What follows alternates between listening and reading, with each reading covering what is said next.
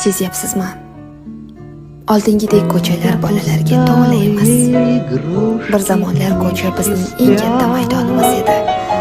Darvozadan chiqish bilan o'yin boshlanardi.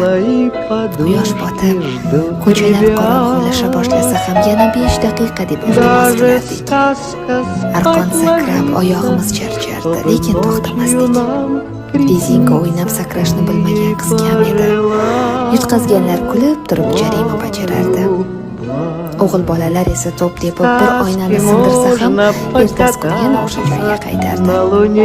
Yoz kunlari muzqaymoqning qog'ozini yalab, qish kunlari esa qo'lqopsiz qorbo'ron o'ynardik.